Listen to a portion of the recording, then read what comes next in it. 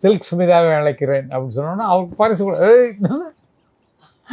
அது இப்படிலாம் பேசுறது. இந்த சில்க் நான்லாம் ரொம்ப தோஸ்து, ரொம்ப ஃப்ரெண்ட்ஸ் எனக்கு. எம்ஜிஆர் முன்னாடி எப்படி இப்படி பேசுறீங்க சார்? நான் பயம். ஒருத்தன் தான் நான் ஒருத்தன் தான் பேசுவேன். அப்படி தான் எம்ஜிஆர் கேட்டார் என்கிட்ட. எம்ஜிஆர் எங்கள் மேடையில் அலைகள் ஃபங்க்ஷன்லாம் கேட்குறேன். நான் தான் தொகுப்பாளர். தலைவர் அவர்கள் பேசணும் அப்படி இப்படின்னு சொன்னோன்னா கடைசியில் அவர் பேச வந்தார். அதில் பெரிய கலாட்டாலாம் முன்னால் நடந்தது. நான் பேசி அது வந்து எங்கள் எங்கள் எங்கள் எங்கள் எங்கள் குடும்பத்தை பற்றி சில்க் சுமிதாவை அழைக்கிறேன் அப்படின்னு சொன்னோன்னா அவருக்கு பரிசு கூட அது இப்படிலாம் பேசுறது. இந்த சில்க் நான்லாம் ரொம்ப தோஸ்து, ரொம்ப ஃப்ரெண்ட்ஸ் எனக்கு. எம்ஜிஆர் முன்னாடி எப்படி இப்படி பேசுறீங்க சார்? பயம். நான் ஒருத்தன் தான் பேசுவேன். அப்படி தான்.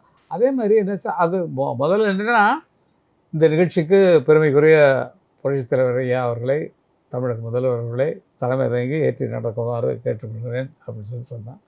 அவர் எழுந்ததும் என்னுடைய பொறுப்பை காங்க நேற்று நிகழ்ச்சி நடத்துமாறு கேட்டுக்கொள்கிறேன்னாரு. அப்படியா? ஆமாம். நான் கொஞ்சம் அவர் பொறுப்பை என்னை ஏற்றுக்கொள்ள சொல்லியிருக்கிறார். அமைச்சர்கள்லாம் முன்னால் இருக்கீங்க, நல்லா கேட்டுங்க. அவர் பொறுப்பில் நான் இருந்து ஏதாவது சொன்னால் செய்வீங்களா? சொன்னேன் இப்படி தான் கல்யாணம் பண்ணிருப்பேன் நான்.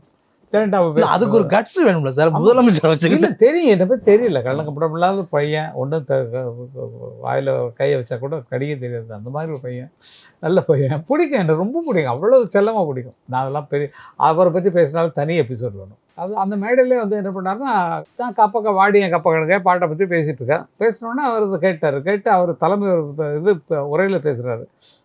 கங்கை மரன் உலகமாக கவி அவரே சொல்லிக்கிட்டாரு. சரி, ஓகே. அவர் எப்படி தான் இந்த கப்பக்கிழக்க பிடிச்சாரோ, வாடியன் கப்பக்கிழக்கன்னு ஒரு அற்புதமான தத்துவ பாட்டு நான் சொல்லிட்டேன். படத்திலே பெரிய தத்துவ பாட்டு அது பாட்டு தான். அந்த பாட்டு எனக்கு பரிசு கொடுக்கும்போது அந்த பாடலை எழுதிய உலகமாக கவிஞர் கங்கை மரன் அவர்களுக்கு இப்போது பரிசோட வரணும். வாங்கிட்டோம் எல்லாம் பண்ணியாச்சு, எடுத்தாச்சு. அதுக்கப்புறமேல அவர் பேசும்போது சொல்கிறார், வாடிய கப்பங்களுக்கு என்ன மீனிங்கில் எழுதினார் எனக்கு தெரியலன்னு தலைமையர் பேசிட்டு உட்காந்தார். ரொம்ப நன்றி தலைவரே, நீங்கள் இவ்வளோ வாழ்த்து பேசுனதுக்கு. நீங்கள் கேட்ட ஒரே ஒரு கேள்விக்கு மட்டும் நான் பதில் சொல்ல வேண்டியிருக்கு. என்னன்னா பார்த்தாரு.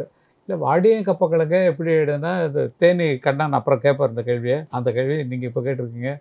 அதனால் அதுக்கு என்ன அர்த்தம்னு சொன்னால், நாங்கள் படம் எடுக்கிறோம், எங்கள் சொந்த படம், எங்கள் ஃபேமிலி பிக்சரு. அதில் வந்து பாரதி ராஜா டைரக்ட் பண்ணுறாரு, ஒரு புதுமுகத்தை கொண்டு வர்றாரு. புதுமுகம் யார்? கேரளாவிலேருந்து ஒரு பொண்ணை கொண்டு வர்றாரு, அம்பிகாவோட தங்கச்சி கூப்பிட்டு வர்றாரு. அந்த பொண்ணை முதல் பாட்டில் வரவேற்க வேண்டாமாங்க.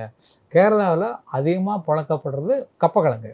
அப்போ கப்பக்கிழங்கு விரும்பி தானே கேரளாவில் நம்ம அதை நேசிப்போம். அதனால தான் அந்த பொண்ணை ஒரு கப்பக்கிழங்கா நினச்சி, வாடி என் கப்பக்கிழங்கே, எங்கள் அக்கா பெத்த முக்காத்துட்டே பாடாத வாயை தரத, ஏன்னா அந்த பொண்ணுக்கு பாட தெரியாது அப்படின்னு சொல்லிட்டு அந்த மாதிரி தான் அதாச்சு.